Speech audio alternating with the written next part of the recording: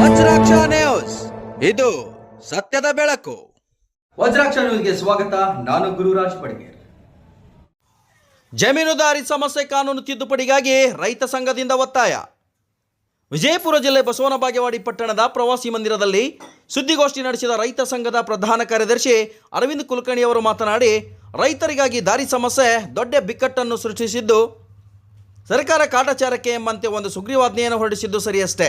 ಆದರೆ ಕಂದಾಯ ಇಲಾಖೆಯ ಹಿರಿಯ ಅಧಿಕಾರಿಗಳು ಸಮಸ್ಯೆ ಪರಿಹರಿಸಲು ಹೆಣಗಾಡುತ್ತಿದ್ದಾರೆ. ದಾರಿ ಸಮಸ್ಯೆ ಸೃಷ್ಟಿಸಿರೋ ಜಮೀನು ನಕ್ಷೆಯಲ್ಲಿ ದಾರಿ ಇದ್ದರೆ ಮಾತ್ರ ದಾರಿ ನೀಡುವುದು, ಇಲ್ಲವಾದಲ್ಲಿ ನ್ಯಾಯಾಲಯದ ಆದೇಶ ತರಲು ತಿಳಿಸುತ್ತಾರೆ. ಸಮಸ್ಯೆ ನ್ಯಾಯಾಲಯದಲ್ಲಿ ಆದರೆ ರೈತರಿಗೆ ತೊಂದರೆಯಾಗುತ್ತದೆ ಎಂದು ಹೇಳಿದರು.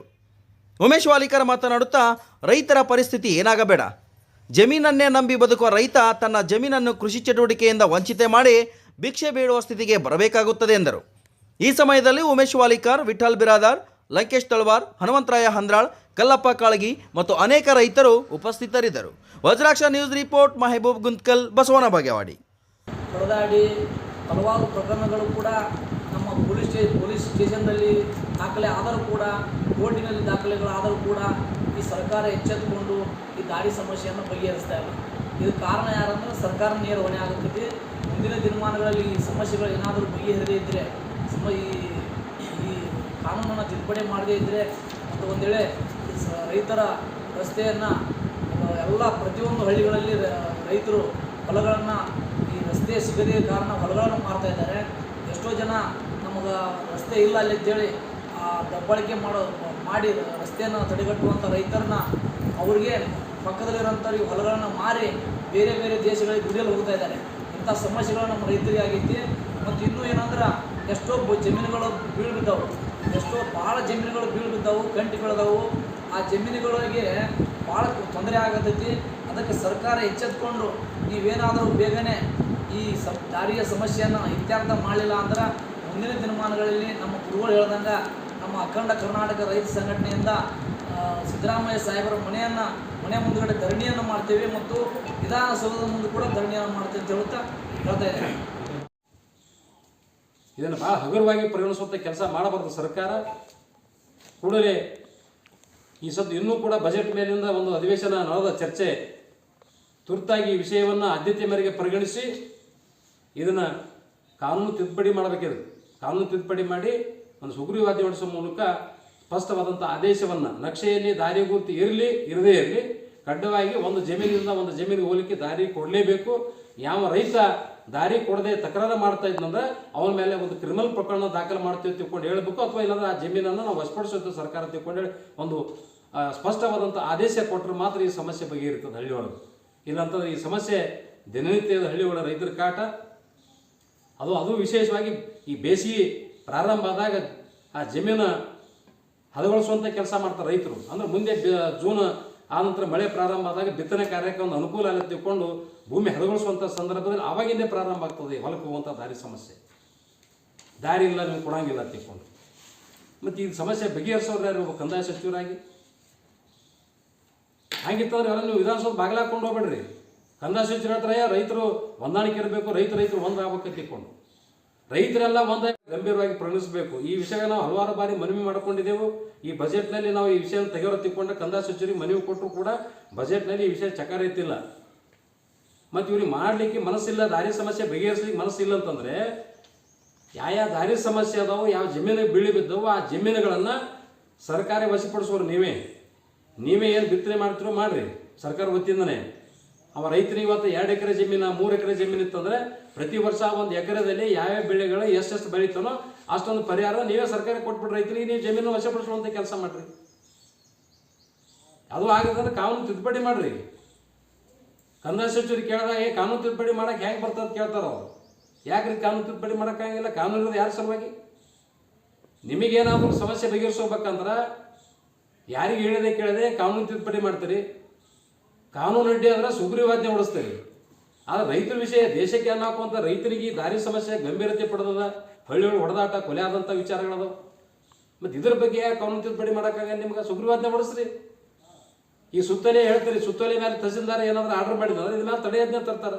ಏನು ಪ್ರಯೋಜನ ಆಯಿತು? ಅವ ತಹಸೀಲ್ದಾರ್ ಅಂತ ಜಿಲ್ಲಾಧಿಕಾರಿಗಳು ಕೈ ಕಟ್ಟಿ ಕೊಡ್ಸಂಗಾಗ್ತವೆ. ಏನು ಮಾಡೋಕ್ಕಾಗಲ್ಲ ನ್ಯಾಯಾಲಯದ ಆದೇಶದ ವಿರುದ್ಧ, ತಡೆಯಾಜ್ಞೆ ವಿರುದ್ಧ. ಇದು ಇಷ್ಟೆಲ್ಲ ಸಮಸ್ಯೆ ಎದುರಿಸ್ತಾರೆ ರೈತರು ಅಂತಂದರೆ, ಮತ್ತು ರೈತರ ಸಲುವಾಗಿ ಇಲಾಖೆಗಳದವು, ಏನು ಯಾರ ಸಲುವಾಗಿ ಅದ ಇಲಾಖೆಗಳು? ಎಷ್ಟು ಬಾರಿ ಹೇಳಬೇಕು ಸರ್ಕಾರಕ್ಕೆ. ಈ ಒಂದು ನಿರ್ಲಕ್ಷ್ಯ ಧೋರಣೆ ದಾರಿ ವಿಷಯವಾಗಿ ಏನಾದರೂ ತೋರಿದ್ದೇ ಆದ್ರೆ ನಾವು ಮುಖ್ಯಮಂತ್ರಿ ಮನೆ ಮುಂದೆ ಧರಣಿ ಕೊಡ್ಬೇಕಾಗ್ತದೆ. ಕೆಲವು ದಿನಗಳು ಅವಕಾಶ ಕೊಡ್ತೇವೆ ವಿಷಯದಲ್ಲಿ. ಇದ್ದದ್ದು ಎಲ್ಲೋ ಅಪರೂಪಕ್ಕೆ 10,000 ಒಬ್ಬ 1000 ರೈತರಲ್ಲಿ ಒಬ್ಬ ರೈತಂದು ಅದೊಂದು ಪುಣ್ಯ. ಎಲ್ಲೋ ಒಂದೊಂದು ಎಲ್ಲೆಲ್ಲೋ ಹುಡುಕಾಟ ಸಿಗ್ತಾವೆ ಅಷ್ಟೇ. ಅಂಥವು ಕೂಡ ಇವತ್ತು ತಹಸೀಲ್ದಾರ್ಗಳು ಮಾಡಲಿಕ್ಕೂ ತಯಾರಿಲ್ಲ. ಇದನ್ನು ಪ್ರಶ್ನೆ ಮಾಡಿ ನ್ಯಾಯಾಲಯಕ್ಕೆ ಹೋಗಿ ಆದೇಶ ಪಡ್ಕೊಂಡಂಥ ಪ್ರಕರಣಗಳು ಅವು. ಇಲ್ಲಿ ಉದಾಹರಣೆ ಹೇಳ್ಬೇಕಂದ್ರೆ ಇಂಗ್ಲೇಶ್ವರದಲ್ಲಿ ಒಬ್ಬ ರೈತ ನ್ಯಾಯಾಲಯಕ್ಕೆ ಹೋಗಿ ಆದೇಶ ಪಡ್ಕೊಂಡ್ಬಂದಾನೆ 1988ರಲ್ಲಿ.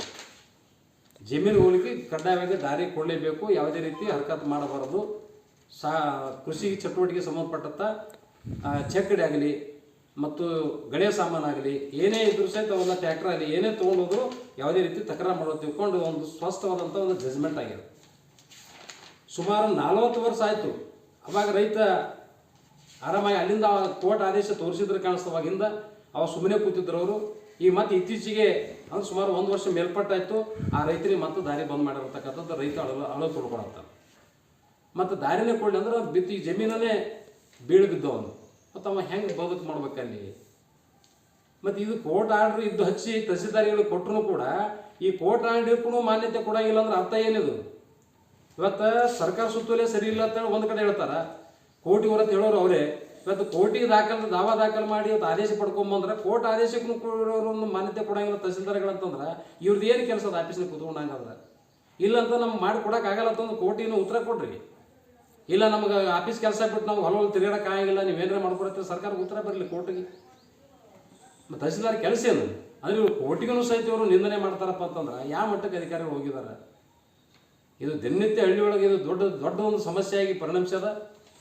ಆ ಕಾರಣಕ್ಕಾಗಿ ಸರ್ಕಾರ ಭಾಳ ಗಂಭೀರವಾಗಿ ಪರಿಗಣಿಸ್ಬೇಕು ಈ ವಿಷಯವನ್ನು. ಏನೋ ಸರ್ಕಾರ ತಿಳ್ಕೊಂಡಿರ್ಬೇಕು. ಇದು ಏನೋ ನಮ್ಮದೇನು ಸಮಸ್ಯೆ ಅಲ್ಲ, ಇದು ರೈತರ ಸಮಸ್ಯೆ ಅದ, ನಮಗೇನು ಸಂಬಂಧ ಇಲ್ಲ ಅಂತಂದ್ರೆ ನಾಳೆ ಇದೇ ಪರಿಸ್ಥಿತಿ ಮುಂದುವರೆದಿದ್ದೇ ಆದ್ರೆ ಜಮೀನು ಬೀಳು ಬಿದ್ದು ಆಹಾರ ಭದ್ರತೆಗೂ ಪೆಟ್ಟು ಬೀಳ್ತದೆ ದೇಶದಲ್ಲಿ. ಇದು ಭಾಳ ಗಂಭೀರವಾಗಿರ್ತಕ್ಕಂಥ ಸಮಸ್ಯೆ ಅದ. ಕೇವಲ ಇದು ವಿಜಯಪುರ 1 ಜಿಲ್ಲೆ 2 ಜಿಲ್ಲೆ ಅಲ್ಲ, ಇಡೀ ಕರ್ನಾಟಕದಾದ್ಯಂತ ಇದೊಂದು ಭಾಳ ರೈತರಿಗೆ ದಾರಿ ಸಮಸ್ಯೆ ಇದು ಕಾಡ್ಲಾಗತ್ತೈತಿ. ಏಕಾಏಕಿ ಒಬ್ಬ ರೈತ ಕಲ್ಲಪ್ಪ ಸಿದ್ದಪ್ಪ ಕಾಳಿಗೆ ಇಂಗಳೇಶ್ವರ ಇವರು ದಾರಿ ಸಮಸ್ಯೆ ಆದೇಶ ಆಗ್ಯದ. ಏನು ಕೋರ್ಟ್ನಿಂದ ಆದೇಶ ತಂದಿದ್ರು ಹಾಸಿಕೊಡಲ್ರು. ಒಬ್ಬ ರೈತ ದಾರಿಗೆ ನೀರು ಬಿಡ್ತಾನೆ, ಒಬ್ಬ ರೈತ ಒಡ್ಡು ಹಾಕ್ತಾನೆ. ಅದ್ರ ಸಂಬಂಧ 10 ಗಂಟೆಗೆ ನಮಗೆ ಹೋಗಿಸ್ಕೊಡಲ್ರು. ಎಣ್ಣೆ ಹೊಡಿಬೇಕಾದ್ರೆ ಹೊಡೆದವ್ರಿ, ಹೆಗಲ ಮ್ಯಾಗ ಹೊತ್ತು ಗಾಡಿ ಹಾಸಿಕೊಡಲ್ರು. ಇದಕ್ಕೆ ಸಮಸ್ಯೆ ಪರಿಹಾರ ಮಾಡಿ ಕೊಡ್ಬೇಕು ನಮಗೆ. ತಹಸೀಲ್ದಾರ್ ಆಫೀಸಿಗೆ ಹೋದರೂ ಕೇಳಲ್ಲ, ಅವ್ರು ಕೇರ್ ಮಾಡಲ್ಲ. ಹಿಂಗಾಗಿ ನಮ್ಮ ದಾರಿ ಸಮಸ್ಯೆ ಆಗ್ಯದ್ರಿ. ಈಗ ಮತ್ತು ಹ್ಯಾಂಗೆ ಮಾಡ್ಬೇಕ್ರಿ ನಾವು ರೀ? ಅದನ್ನೆಲ್ಲ ಪರಿಹಾರ ಮಾಡ್ಬೇಕು. ಇದು ಸಾಹೇಬ್ರ ಬೈಲಕ್ಕೆ ಹೋದ್ರೆ ನಾಳೆ ಬಾತಾರೆ ಕುಂಟೋಜಿ ತಲಾಟಿ ಅವ್ರಿಗೆ ಹೇಳಿದ್ರೆ ಅಲ್ಲಿ ಚಂತನ ಹೊಲ್ದಾಗ ಕುಂಡಿಸಿ ನಮ್ಗೆ ಬಂದಿಲ್ಲ ಸಮಸ್ಯೆ ಪರಿಹಾರ ಮಾಡ್ಲಿಕ್ಕೆ. ಹಿಂಗಾಗಿ ಸಮಸ್ಯೆ ಆಗ್ಯದ, ದಾರಿ ಸಮಸ್ಯೆ. ನೀವು ಎಲ್ಲ ಪರಿಹಾರ ಮಾಡ್ಬೇಕಿದನ. ಯಾರು ಅಧಿಕಾರಿ ಕಡೆ ಹೋದ್ರೂ ಯಾರು ಹಚ್ಕೊಳಕತ್ತಿಲ್ಲ. ಯಾರ ಅಧಿಕಾರಿಗಳು ಹೋದರೂ ಹಚ್ಕೊಳಂಗಿಲ್ಲ. ರಾಜಕೀಯ ಕೈ ಆಡದ್ರಿ ಇದ್ರಾಗ. ಬಂದು ಹೇಳಿದ್ರೆ ಅವರು ಬರೋಂಗಿಲ್ಲ, ತಲಾಟಿಯವ್ರು ಬರೋಂಗಿಲ್ಲ, ಸಾಹೇಬರು ಹೇಳ್ತಾರೆ, ತಲಾಟಿಯವ್ರು ಕೇಳಂಗಿಲ್ಲ. ಹಿಂಗಾಗಿ ಸಮಸ್ಯೆ ಆಗ್ಯದ್ರಿ. ಕೋರ್ಟ್ ಆರ್ಡರ್ ಆಗೈತೆ ನಿಮ್ಗೆ? ಕೋರ್ಟ್ ಆರ್ಡರ್ ಆಗ್ಯದ್ರಿ. 4 ನಕಾಶೆ ಹಾಕಿ ನೋಡ್ರಿ ಇಲ್ಲಿ ಸರ್. 4 ನಕಾಶೆ ಹಾಕಿ ತಹಸೀಲ್ದಾರಿಗೆ ಹಾಕ್ತೀರಿ. ತಹಸೀಲ್ದಾರ್ ಮಾಡಿ ರಿಸಿಟ್ ಕೊಟ್ಟಾರ್ರಿ. ಈಗ ಅಲ್ಲಿ ಆದೇಶ 4 ನಕಾಶೆ ನೋಡ್ರಿ. ಈಗ ಇಲ್ಲಿಂದ ಇಲ್ಲಿ ಹೋಗೋ ದಾರಿ ನಮಗೆ ಇಬ್ಬರು ತಕರಾರು ಮಾಡ್ಲಾತ್ತಾರ. ಒಬ್ಬ ಒಟ್ಟು ಹಾಕ್ಯಾನ, ಒಬ್ಬ ನೀರು ಬಿಡ್ತಾನೆ. ನೀರು ಬಿಡಬಾರ್ದಂದ್ರೆ ಕೇಳೋಣ ಬಿಡೋನೇ ತಾನ. ಹೆಂಗೆ ಮಾಡ್ಬೇಕ್ರಿ? ಹಿಂಗಾಗಿ ಸಮಸ್ಯೆ ಆಗ್ಯದ. ಇದು ಪರಿಹಾರ ಮಾಡ್ಬೇಕ್ರಿ. ಕಲ್ಲಪ್ಪ ಸಿದ್ದಪ್ಪ